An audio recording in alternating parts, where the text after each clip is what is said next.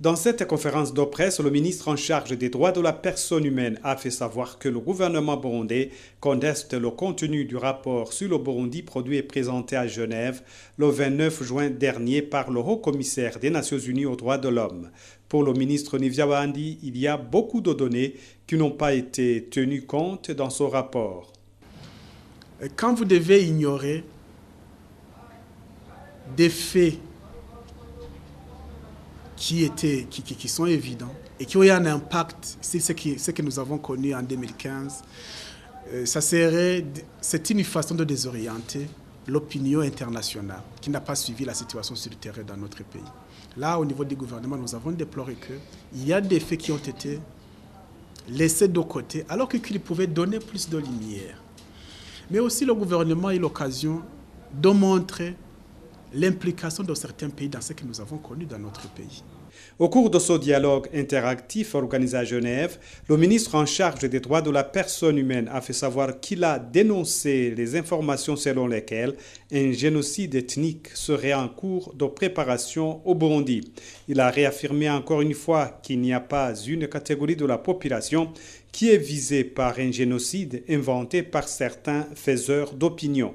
À la question de savoir si le gouvernement pourrait accepter l'envoi au Burundi d'une force internationale de police, le ministre Nivyabandi a indiqué que cette force serait inutile car la situation sécuritaire a évolué positivement, un constat qui a été relayé par des délégations des organisations internationales qui ont visité le pays. Le ministre des droits de la personne humaine s'est également exprimé sur le trafic illicite des jeunes filles dans certains pays arabes comme Oman et Arabie Saoudite. Il a reconnu qu'il s'agit d'un fléau mondial à combattre. Ce trafic occupe, a-t-il dit, la deuxième position au niveau mondial dans le commerce illicite après celui des stupéfiants.